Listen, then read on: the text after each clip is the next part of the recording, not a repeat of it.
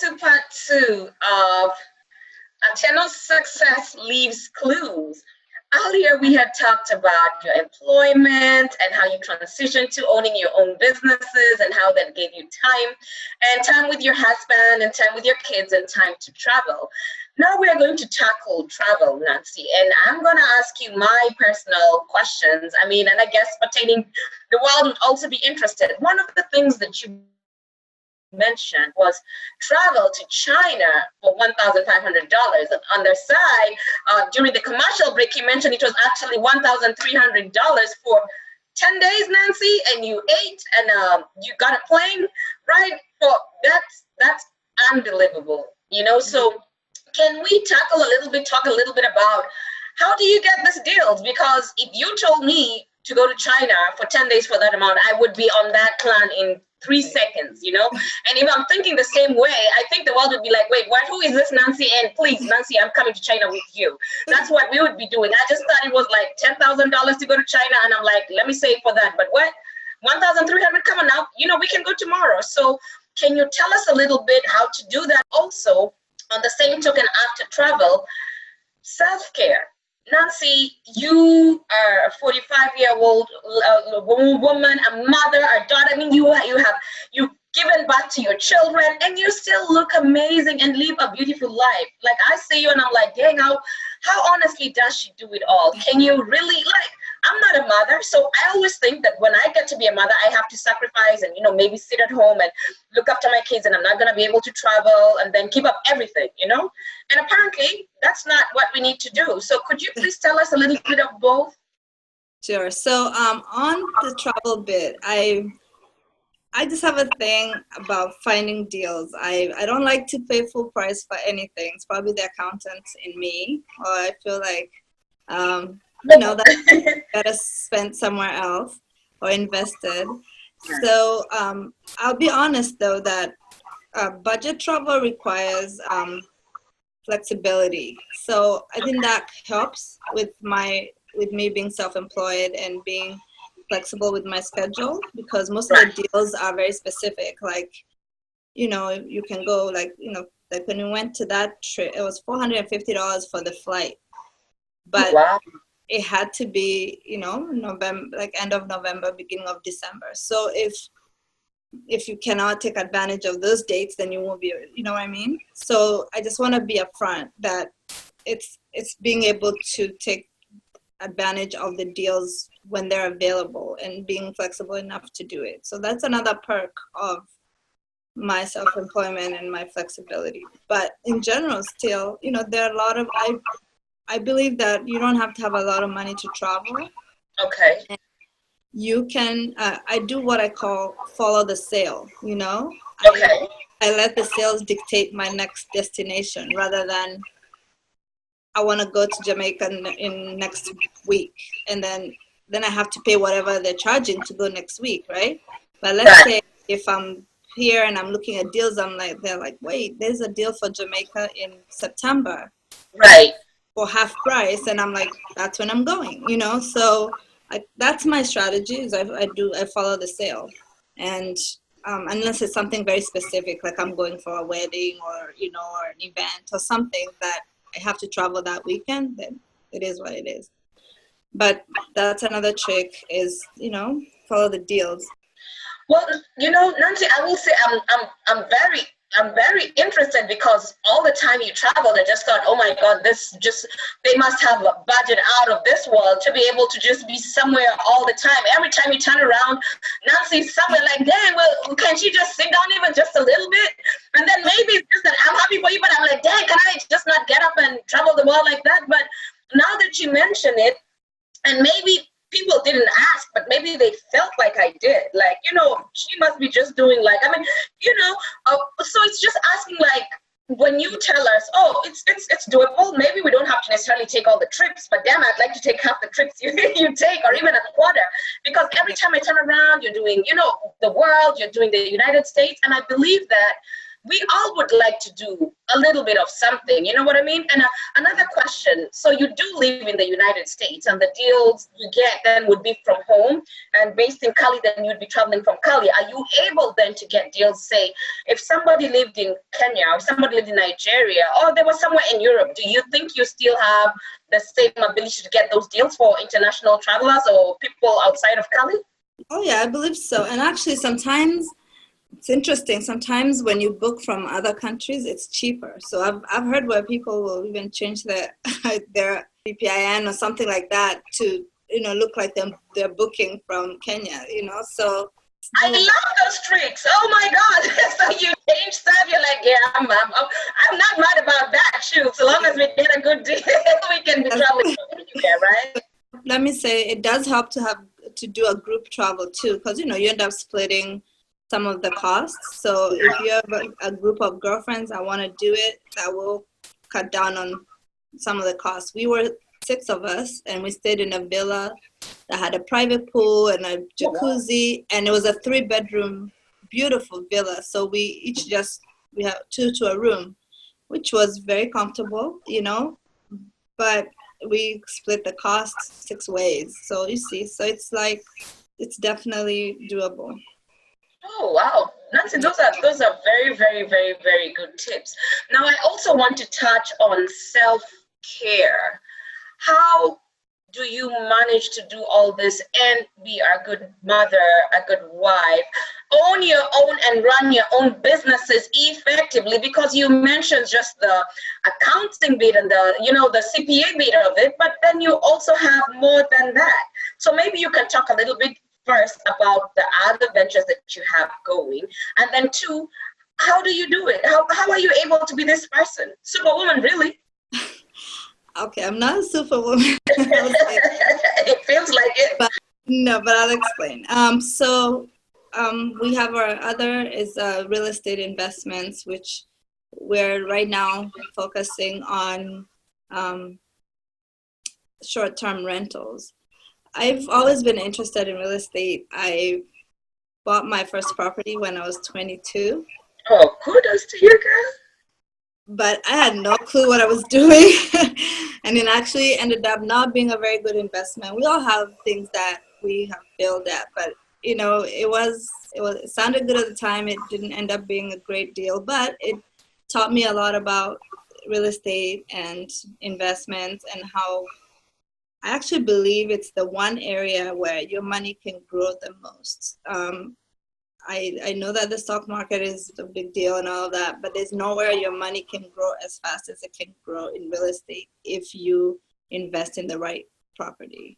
So you've heard about equity. I mean, there are people who buy and they get instant equity of 50,000, or you know, or what. It's just a really good area to invest in. So kind of have to know what you're doing and study where you're buying and all of that. But back to the business. So right now we have a couple of properties that we're doing Airbnb, which everybody I'm sure has heard of Airbnb, and short-term rentals. So, and that's been really good for us. It's a great way to make extra money if you have extra room or extra, a property that you own or have exclusive access to, that you can basically turn into a short-term rental. And I'm willing to mentor anyone that's interested in that or guide them through the process. And yeah, feel free to reach out to me. Thank you, Nancy.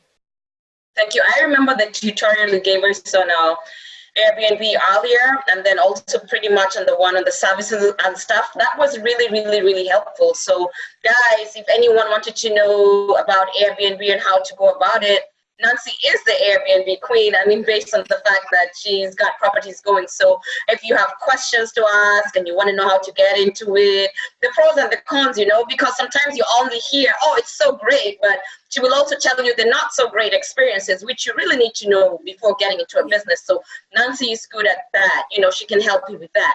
Now, Nancy, let's get to self-care. How do you do this? How are you aging so gracefully, looking so wonderful? How are you doing all this? Let's see. So my main thing is I try to keep stress to a minimum. I think stress is the biggest aging agent in life. And Agree. if you can try to keep stress to a minimum, and how do you do that? As a mom, you said superwoman, but I really am not. I have a village, I have a family support, I have friends that step in when I need them.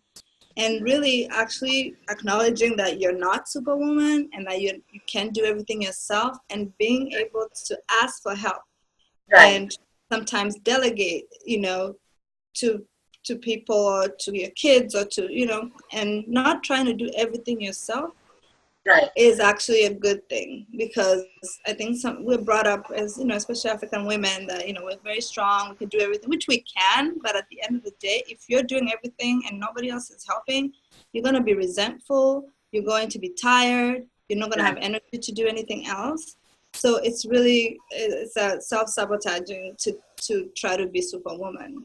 So so one of my things is I've learned, which, it took time for me to learn that as well, is ask for help, and Right. enlist people who can be there to assist you. But also it comes by helping others. So if you're helping people, they're more likely to help you Help as you well. back. Right. So the people that usually, sometimes we travel and I need someone to pick up the kids, and, but guess what? I probably have picked up the kids a few times myself. So it's a give and take in life. The other thing is just getting the people that surround you, getting the support of the people around you by being authentic, so like my kids know that I work really hard and sometimes I need a break, Right. and they understand that if mommy needs a break, she needs a break, so it's not like I'm a bad mom because I took a break. They just know I'll probably come back happier, more energetic, ready for the next venture, Right.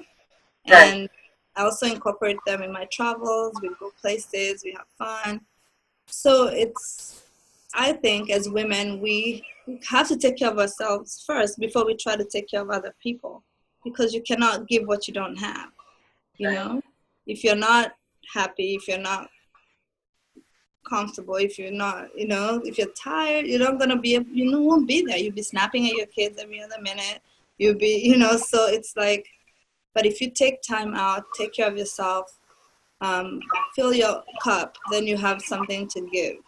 So that's kind of my mantra. Right. I think that does help me stay young or feel young, just the fact that I don't have to do everything myself. And physically, I know you're into fitness too. I try to be active. I hike every day, There you go. 3 to 4 miles. There you go. Unless there's something that's gonna prevent me from, but I try to do it 4 to 5 times a week, and it's such a good thing for me because it's outdoors. My mind, it clears my mind. I mostly hike with my husband. We talk quality time, and we discuss things from kids to business to travel to, future plans, and it's a great hour, well spent, I think. Um, I I as far as I do everything in moderation. I don't like too much of depriving myself of things. So, Right. but I try to do it in moderation. I eat healthy. I try to eat healthy, but Right. every once in a while I'll grab a slice of pizza. Not a big deal, But I'm not gonna Right. eat pizza every day, So it's not. It's one of those things that I definitely um, try to take care of myself with the food and exercise and just being stress free. Right. But at the same time, I don't want it to be at the expense of enjoying my life. So it's always Correct. a balance. It's always trying to strike a balance between all of that. I love music. So I like going to live, especially live shows. They give me life. It's just like it's something about live music that just that can just uplift, you know. So whenever I can, I'll try to catch live shows, and you know, all those things, they really add to my cup and just make life fun. And I feel like, you know, we have to take every day as a gift. So, and it's 24 hours. What are you going to do with your 24-hour, you know, gift? And it's some days, you know, you make the most of it. Some days not so much, but you should at least try to make, you know, the most of it. So that's kind of my philosophy. I think, you know, life is what you make it. You know, I know that's a cliche, but it really is, you know. And I feel like the people that love you and that you know, you're close will be happy if you're happy, you know. And so sometimes we bend over backwards trying to make people happy and forget about ourselves. But I think that if some people truly love you, they will be happy when you're happy. They're not going to be happy to see you stressed, and you know, and all that. And you're going to be a better spouse, better mom, better friend, better everything. Absolutely. I totally love what you stated. The major points I picked up from you were there is no such thing as superwoman, and don't even try to be superwoman. It can come up as you being superwoman just because so many things are, you know, happening at the same time, and it looks like you're doing them all. But one of the key things you state is delegation. Delegate, help others, because you're not helping them so that they'll help you back, but it's just natural. If you help somebody, it's not so difficult for them to help you back.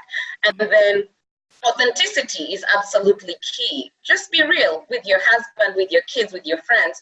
What do we need to fake stuff for? Like, this is how I really feel. Hey, mommy needs to go out and have a drink with her friends. Goodbye. I'm going to see you guys later.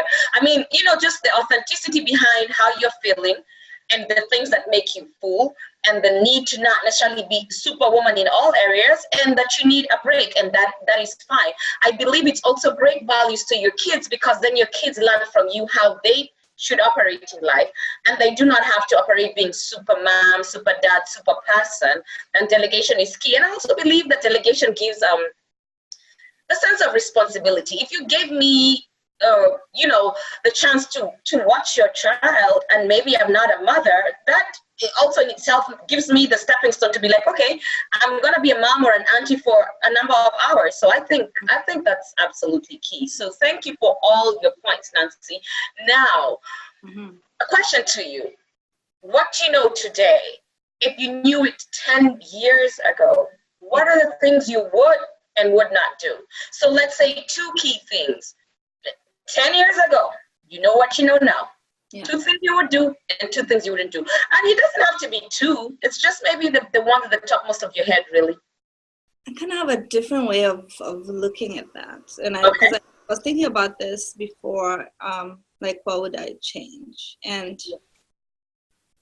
I feel like the things that happened or have happened in my life, let's say whatever time maybe I wasn't successful, or tried a venture that didn't work, or, you know, a relationship that failed, or, you know, anything like that. Right.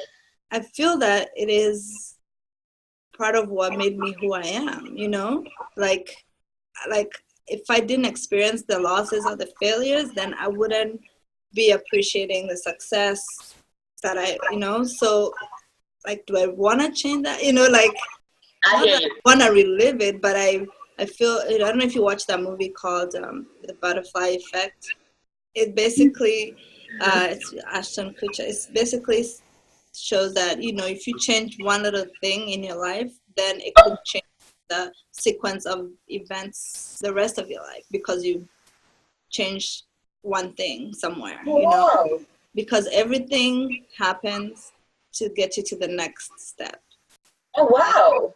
Yeah. So it's, if you go back and change, you didn't fail in that business, then the lesson you learned is, you're not going to have that lesson to use in a future that's successful business, you know, that you now know better. Do you know what I mean?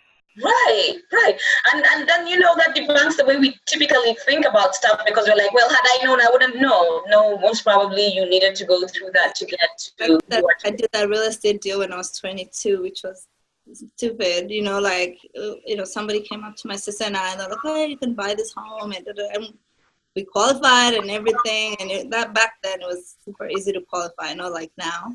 And we got it, but then it was like so far away from where we were, and we couldn't even maintain it. It was a disaster, So Sorry, but at least you had a house in your at least, name. but then it's like now, because I went through that, I'm like location, location, location. So if I'm looking for something, it needs to be in a place which is going to appreciate in value, that is close proximity to things people want to do. So I learned my lesson, and I've actually used that lesson to in my current investments. So that's why it's like I don't think I mean, nobody wants to relieve bad memories or bad experiences, but I think they're there for a reason. They're there to give us a lesson and to prepare us for better things ahead. I hear you 100% on what you say. So thank you so much, guys. You heard her talking about the butterfly effect. The butterfly effect. Look it up and see, how and what you think about it. I mean, you could also just give us your opinion. Some people may be for the butterfly effect, and others may be, listen, if I knew what I knew now, I would not have done something. And it's nice to just hear, two sides of the coin. Her side is absolutely beautiful. I had never really looked at it that way per se, but it's nice that I am now. So Nancy, in 1 minute, what do you want the world to remember you for, to know you by? Who is Nancy in 1 minute? What is that thing that when I see Nancy, when we see you, what should I know off the bat? This is who she is. This is what she stands for.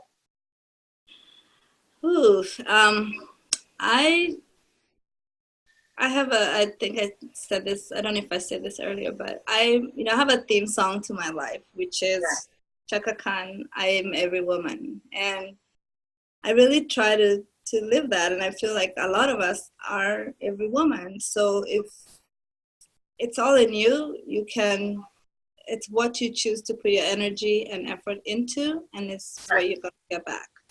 So what I would like people to know about me is I'm a regular person that tries to do non-regular things. So. Oh, a regular person trying to do non-regular things. I love that. That's a very good way to remember you. A regular person trying to do non-regular stuff. And Nancy is a go-getter completely. So she is just a regular person like you and me trying to do non-regular stuff. And we can all be that person then, Nancy, can't we? Absolutely. And like I say, it's not nothing special. I think I credit my family, my parents were amazing. There's one thing I would do differently here. Okay. My parents are no longer alive, and they passed away when I was in my 20s.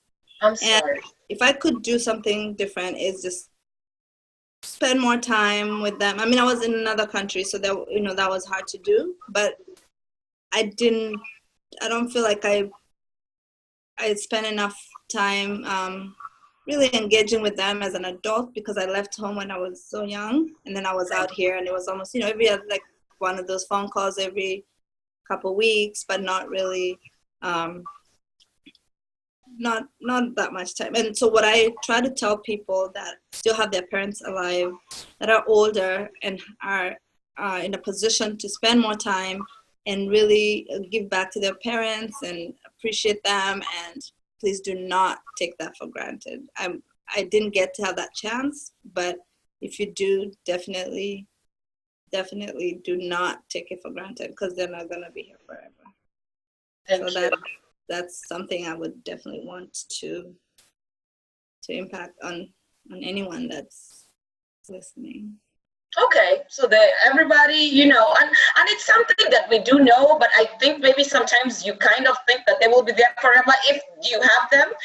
And it's just in, getting to know that, listen, and not only is it that our parents are not going to be there forever, even ourselves, we never know about tomorrow. So I guess just living life to the fullest, but as you stated, spend time with your parents the most that you can because tomorrow is not guaranteed.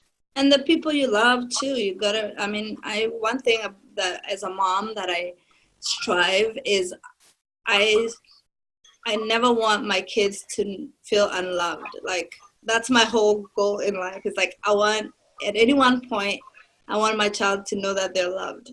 So regardless of anybody that comes to them, whatever bully, whatever situation they're in, right, they have a safety net of love. Okay. They right. know, I don't care what you call me, what you tell me, I'm loved. Go for it, Yeah, I know my mommy got me. I know my brothers got me. My daddy got me. I got you. Yeah. So it's like, it's not going to work, So I feel like if we can all cultivate that with the people that we're with, we can be the wind beneath their wings, it's just like when you know you're loved, you can do anything, you really can. You have nothing to prove, you could do anything. So if we could do that for our loved ones and surround ourselves with people that we know love us unconditionally, I think it will help propel us as individuals, as business owners, as anything that we aspire to be.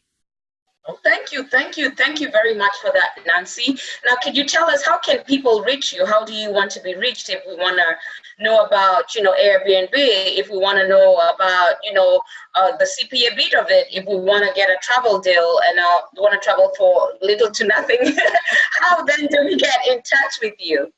I'm pretty active on Facebook, as you know, so, and I just go by the same name. So a quick inbox there would be great. I'm on Instagram as Fancy Nancy. I see. Okay. Or 254, which is the Kenya area code. I try to stay close to my roots. Okay. And,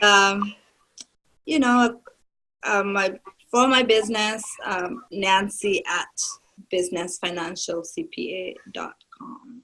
Okay. Well, thank you very much, Nancy. Thank you so much. It's been nice just to know a little bit about you. I mean, sometimes you see people on social media, but you do not necessarily know who they are. You know that angle where, oh, I know her because she travels. Somebody also knows you because you're a CPA. Somebody knows you because you're a mother with them. So who is Nancy? And this is really Nancy in a nutshell. Such a phenomenal human being. And guys, I hope you've picked the tips from Nancy and now you know how to reach her. So if you want to reach her for whatever reason, then you have found your way. Nancy, thank you so much on coming on. Atieno'S Success Leaves Clues, a chat with Nancy Gakere. It's been awesome. She has given us so many clues on how to just be phenomenal. Nancy, thank you so much. We appreciate you. Take care now. Bye-bye. Thank you for having me.